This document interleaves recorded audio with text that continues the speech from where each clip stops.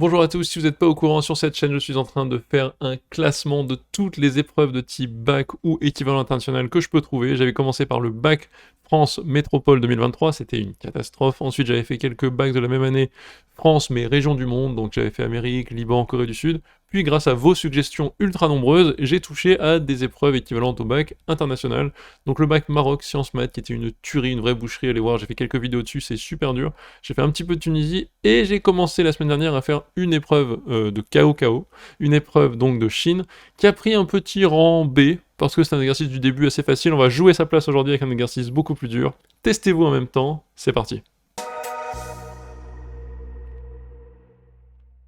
Déjà, premier commentaire, j'ai commencé à appliquer un nouvel outil de mon logiciel pour écrire les maths. C'est un truc comme ça qui, en fait, vous avez déjà vu ça la semaine dernière, une espèce de sparadrap qui cache les étapes et je vous les montre ensuite au fur et à mesure. Dites-moi ce que vous en pensez, moi je trouve ça plutôt cool, mais je prends toujours vos retours s'il y a besoin. Voilà un exo donc un peu complexe, soit f de x égale une fonction, ax plus cos x, assez simple, hein, c'est une fonction linéaire à laquelle on ajoute le cos, avec x entre 0 et pi. 0 et pi, bon c'est une demi-période du cos, tout de suite, premier réflexe, hein, c'est le truc que j'ai fait ici, sur 0 pi, le cos est décroissant et je peux le tracer, donc très important d'avoir toujours en tête les graphes extrêmement rapidement. Donc par exemple, le sin serait comme ça, entre 0 et pi, puis il continue ici. En fait, les deux sont les mêmes, mais décalés. Hein. Mais il faut avoir ça en tête. Je sais que le sin passe par 0, et il est comme ça. Entre 0 et pi, il est positif. Je sais que le cos, lui, descend comme ça. Alors, discuter la monotonie de la fonction f. Donc la fonction f, ça sera pas cos, hein, ça sera ax plus cos x. Puis, quel est l'ensemble des valeurs de a, tel qu'on est constamment f de x toujours plus petit que 1 plus sinus x. Bon, on va étudier tout ça, ça va pas être si simple, il y aura beaucoup de cas, et c'est là que la difficulté du Gao-Kao va apparaître. Il y aura beaucoup d'indépendance. Il faudra que vous soyez seul à vous débrouiller, vous dépatouiller pour trouver l'ensemble des sous-cas qu'il faut étudier, ne pas en oublier, et en fait montrer que vous êtes capable d'aller faire une enquête complète. T'es au lycée et tu galères en maths, t'aimerais bien faire pause sur le prof, revenir en arrière et réécouter le truc qu'il a expliqué? Bah maintenant, c'est possible avec Studéo. On a fait plein de vidéos avec des profs jeunes, dynamiques, efficaces, les meilleurs du pays, où tu peux comprendre les notions, prendre ton temps et même te tester avec des QCM, réviser avec des flashcards. Essaye Studéo, tu verras, c'est fait pour toi. Donc on va regarder sur 0 pi, je commence par dire ça, et culture G, je sais que ça passe par ici, ça s'annule en 0. Je vais pouvoir trouver des cas très faciles déjà, vu que celle-ci est décroissante, même sans faire de dérivée, je sais qu'une somme de deux fonctions croissantes est croissante, ou une somme de deux fonctions décroissantes est décroissante. Donc je me demande tout de suite, n'y a-t-il pas des cas où, celle-ci étant décroissante sur 0π, celle-ci le serait aussi? Ça pourrait être cool d'avoir ax décroissante. Et ben, si a est négatif, hop, premier cas, bah, j'ai donc f qui est décroissante sur 0π, parce que j'ai une somme de deux fonction décroissante. Cas d'après, on va regarder A positif. Si A est positif, là, ce que je vais faire, c'est étudier la fonction. J'ai pas vraiment le choix. Si A est positif, en fait, j'ai une somme de fonctions croissantes et décroissantes, il va y avoir des variations, peut-être d'une chance qu'elles soient croissantes ou décroissantes, mais voilà, on sait pas trop. Donc, f est dérivable, je sais que f' de x très facilement vaut dérivée de ax, a dérivée de cos moins sin, donc a moins sin x. Si a est plus grand que 1, ma vie va être facile. f' de x est positive, et f est donc croissante. Monotonie réglée. Dès que a est plus grand que 1, en gros, vu que le sin c'est toujours compris entre moins 1 et 1, a moins sin ça sera positif. Si a appartient à 0,1, ça se complique un peu plus. Si a appartient à 0,1, j'ai f' de x qui est positif, si et seulement si, et ben sinus x est plus petit que a. Ça se discute. Donc en gros, il faut regarder quand est-ce que, quand x parcourt 0π, quand est-ce que sinus x est plus petit que a, valeur quelconque entre 0 et 1. Bon ben on peut regarder. Hop, comment on résout ce truc-là? On écrit notre petit cercle trigonométrique, on est là, on est content, hein, on fait notre cercle, et on dit voilà, sinus c'est sur l'axe OY, moi j'ai A ici, et je vois qu'il y a deux valeurs pour lesquelles sinus x vaut A, c'est soit arcsinus de A, qui serait la valeur numéro 1 ici, soit celle qui est opposée, c'est-à-dire pi moins arcsinus de A. Bon bah je peux dire que f' de x est positif ou nul, si et seulement si x appartient à 0 arcsin de A, ou x appartient à pi moins arcsin de A, pi. Donc voilà. C'est en gros... f' de x sera positif quand sinus x est plus petit que a, donc le sinus doit être soit ici, soit ici. Oups. Voilà, donc c'est mes deux zones intéressantes. Et en l'occurrence, vu que x appartient à 0π, ce sont bien deux zones qui sont comprises dans les zones de définition du problème. Donc, bilan de cette question, j'ai trois situations différentes. A négatif, A positif plus grand que 1, et A appartient à 0,1 ouvert. Ce qui me donne trois situations différentes ici. Donc, je vais vous faire des petits tableaux. Alors, pour a négatif, on a dit que c'était une fonction décroissante, donc j'ai tout bêtement quelque chose qui décroît. Ça décroît entre quoi et quoi? Je calcule la valeur en 0, la valeur en pi, ça va de 1 à a pi moins 1, très bien. Quand a est plus grand que 1, c'est croissant, et ça va de 1 à a pi moins 1 aussi, mais vu que a est plus grand que 1, bah cette fois-ci, a pi moins 1 est beaucoup plus grand que 1, donc c'est bon. Et dans le cas où a appartient à 0,1, j'ai un truc un peu plus compliqué qui ressemble à ça. On a dit, f' de x était positif sur deux zones, entre 0 et arcsin a, et entre pi moins arcsin a et pi, ça me donne, voilà, plus, moins, plus, une fonction qui croît, décroît et croît. Normalement, là, j'ai répondu à ma question A. J'ai discuté la monotonie de la fonction f, discuter étant un mot qui vous dit faites les différents cas de petit a. Donc c'est très bien. Petite question, question petit b, quel est l'ensemble des valeurs de a pour avoir tout le temps f de x plus petit que 1 plus sin x? Là, on va essayer de regarder en fonction de ce qu'on a déterminé au-dessus, c'est-à-dire à la question 1. C'est pour ça que j'ai fait un peu un bilan final pour qu'on puisse se référer à ces trois tableaux. Je vais regarder un petit peu ce qui se passe. Sur 0pi déjà, sinus x appartient à 0,1. Il n'y a pas de valeur négative. C'est ce qu'on a dit au début, on a la fonction sinus, entre 0 et pi elle est comme ça. Donc on va regarder, si a est négatif, qu'est-ce qui se passe? Quel que soit x appartient à 0pi, f de x plus petit que 1. On le voit ici, sur le tableau ici. F de x est toujours plus petit que 1 qui est la valeur en 0, elle est décroissante, donc toutes les valeurs entre 0 et pi sont plus petites que 1. Donc a fortiori, si f de x est plus petit que 1 et que sinus x est positif, je vais pouvoir conclure que f de x est plus petit que 1 plus un truc positif, en l'occurrence sinus x. Donc là c'est toujours vrai, avec a négatif, c'est ok. Donc la réponse ça sera l'ensemble des valeurs de a, voilà, déjà moins l'infini 0 inclus, c'est bon. Si a est positif strict, regardez, on va étudier une fonction. Ça, c'est le petit réflexe en général. Dès qu'on veut montrer quelque chose, on pose une fonction, enfin, il y aura deux étapes. Je veux montrer que f de x est plus petit que 1 plus sin x ici. Ma première étape, je mets tout du même côté de l'inégalité, et je mets l'autre côté un 0, et on voit ensuite comment faire en étudiant la fonction. Donc c'est le petit réflexe, je vous ai mis un petit encadré ici. Il faut toujours mettre tout du même côté comme j'ai fait, puis étudier la fonction, poser la fonction, puis l'étudier. Donc là, je vais poser g de x égale ce truc-là, on va étudier la fonction, et on espère qu'on va trouver facilement ces variations. Donc, je pose g de x égale ce truc-là, 1 moins ax plus sin moins cos, donc tout ce truc-là, et je vais essayer de démontrer que g de x est positif tout le temps en étudiant ces variations. Première remarque, j'ai deux fonctions trigo. J'ai du sin x, du moins cos x. J'aime pas, c'est compliqué, c'est chiant, ça va me faire galérer. En plus, si je les dérive, celles-là, elles vont faire un genre de cycle, où j'aurai du sin qui devient du cos qui devient du sin, je vais jamais m'en sortir. Ça va être un peu relou, donc réflexe. C'est le genre de réflexe qu'ont les élèves de sup en France. Je pense malheureusement qu'un élève de première terminale ne l'a peut-être pas, donc je vous le donne. Il y a une formule qui existe pour calculer sinus x plus cos x ou sinus x moins cos x. Et en fait, elle se base sur les formules très basiques de trigo qui sont à votre disposition. Ce sont les formules ici. Sinus x moins cos x, c'est racine de 2 fois sinus de x moins pi sur 4. Comment le démontrer? Alors, deux choix. Soit vous faites, si vous le regardez vous à la maison, vous regardez ici ce que c'est que ce truc-là et vous le développez, avec la formule de sinus a moins b que vous êtes censé connaître. Ou alors vous vous dites, attends, oui, comment partir pour la démontrer de la gauche vers la droite? Je veux en fait que sinus x moins cos x puisse se condenser en une formule de type sinus a moins b en gros. Il faut donc que je trouve un angle où j'ai une valeur intéressante des deux côtés. Bon, en gros, si vous réfléchissez un peu, ça va être du pi sur 4, réfléchissez de votre côté, posez des questions en commentaire si vous avez besoin, quelqu'un vous aidera, ou moi-même peut-être si je vois votre question. Alors, si j'écris ça comme ça, tout de suite je peux simplifier mon expression de g.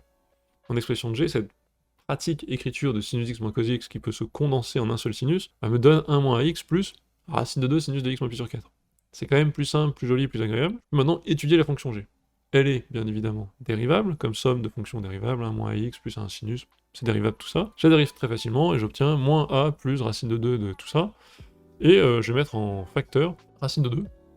Pas pour le plaisir, mais je mets racine de 2 en facteur. Pourquoi? Ça me fait apparaître des choses intéressantes. Ça me fait apparaître notamment un racine de 2 sur 2a. On va voir que ça va être pas mal. Je vais pouvoir dire que g' de x est positif ou nul, si et seulement si le cosinus de x moins pi sur 4 est plus grand ou égal à racine de 2 sur 2 fois a. Là, je peux lancer mon étude du signe de la dérivée, et donc mon étude de g. Plusieurs cas. Je vois que, selon les valeurs de a, ce truc-là peut être vrai ou peut être faux. Pour l'instant, tout ce que j'ai dit, j'ai uniquement enlevé le cas a négatif. On est dans le cas a positif, il existe beaucoup de valeurs de a positives, telles que ce truc-là soit jamais vrai. Imaginez que a vaut 800, cosinus c'est jamais plus grand que quelques centaines. C'est pas possible. Donc on sait déjà qu'il y a des valeurs de a qui vont un peu déconner, donc je vais chercher en fait la valeur de a pour laquelle ce truc-là vaut 1. Quand est-ce que racine de 2 sur 2 fois a vaut 1? Bon c'est racine de 2, et donc dès que a est plus grand strict que racine de 2, je n'aurai jamais cette équivalence. Enfin j'aurai cette équivalence qui est vraie, et donc je n'aurai jamais g' de x qui est positif. Bah donc dans ce cas, très facile, ça veut juste dire que g' de x sera toujours négatif. Dès que a est plus grand strict que racine de 2, ce truc-là est toujours plus grand que 1, donc ça c'est toujours faux, donc g' négatif, donc g est décroissante. Et là j'ai g décroissante, j'analyse g et je vois qu'elle est décroissante de 0 à une certaine valeur ici. Cette valeur-là, vérifions aussi. Il y a beaucoup de choses à vérifier, mais rapidement, pour être sûr qu'on fasse pas n'importe quoi, vérifions bien que dans le cas où a est plus grand que racine de 2, ce truc-là est bien négatif. Parce qu'il est censé être négatif, vu qu'en gros, il est en dessous de 0. Ça serait dommage d'avoir une inconsistance, d'avoir un truc faux. Donc on regarde, comme a est plus grand que racine de 2, moins a est plus petit que moins racine de 2, donc ce truc-là est bien négatif, ça a du sens. Bon, moi je suis un peu embêté parce que je voulais montrer qu'en gros, g de x était positif. Donc en gros, je sais déjà que quand a est plus grand que racine de 2, c'est mort. Maintenant, on va passer à a plus petit que racine de 2, le dernier cas, parmi les cas de a positif, et on va regarder. Dans ce cas, g' de x positif ou nul, si et seulement si, je recopie la même chose, cos x moins pi sur 4 est plus grand ou égal à a racine de 2 sur 2, et je sais que ce truc-là est plus petit strict que 1, donc c'est possible de résoudre cette inéquation trigonométrique. Et donc là, boum, vous balancez votre méthode, équation, inéquation même trigonométrique, avec un cos, je sais que je vais résoudre un truc comme ça, là c'est l'axe des cos, et je vais être au-dessus d'une certaine valeur que j'appelle a racine de 2 sur 2 ici, ça c'est la valeur du cos, je vais être au-dessus, je vais être ici. Bon, c'est pas très compliqué, hein. Pour être au-dessus, il faut absolument que mon angle x moins pi sur 4 soit un de ceux-là. Bah donc c'est pas très compliqué. Je vois que x moins pi sur 4 doit appartenir à moins arc cosinus de a racine de 2 sur 2 ici, ou plus arc cos de a racine de 2 sur 2. Alors attention à pas dire, oui mais on est sur 0 pi donc on vire tout cela. Non, parce que malheureusement ici c'est x moins pi sur 4. Donc justement, je vais aller au bout du truc, je vais dire, bah attendez, donc ça veut dire que x, si x moins pi sur 4 appartient à ça, x doit appartenir à plus pi sur 4 ici, moins arcos, plus pi sur 4 plus arcos. J'appelle ça deux valeurs alpha et bêta. Comme a est plus petit que racine de 2, ça c'est plus grand ou égal à 0, on va vérifier que a est plus grand que 0 et que bêta est plus petit que pi, bah si et seulement si, pi sur 4 est plus grand que ça.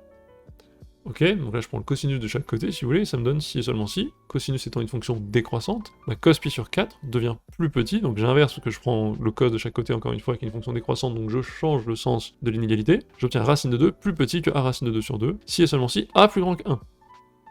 Intéressant.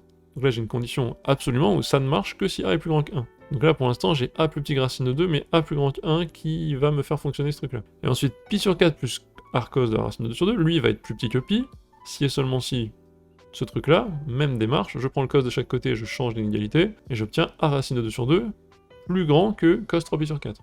3pi sur 4, hop, il est ici, le cos est négatif, c'est moins racine de 2 sur 2. Et ça c'est vrai si et seulement si a est plus grand que moins 1, ce qui est le cas parce qu'on est dans le cas a positif. Donc en gros, ce bêta est toujours entre 0 et pi, ça c'est sûr. Ce alpha, ça va dépendre des valeurs. Donc je vais encore faire une distinction de cas. Si a est plus grand que 1, j'ai ce cas-là, j'ai bien le alpha qui est compris entre 0 et pi. Et qu'est-ce qui se passe?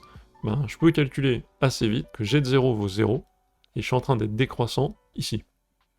Vu que je décroît, je sais que la valeur g de alpha va être négative. Forcément, vu que je suis plus petit que la valeur qui est ici. Donc là, j'ai une valeur négative stricte, c'est non.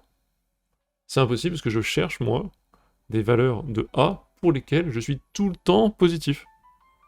Bah donc, dès que a est plus grand que 1, dans, encore une fois, ce sous-cas plus petit que racine de 2, dès que a est plus grand que 1, c'est mort, ça s'en va. Quand a est plus petit que 1, j'ai ce tableau.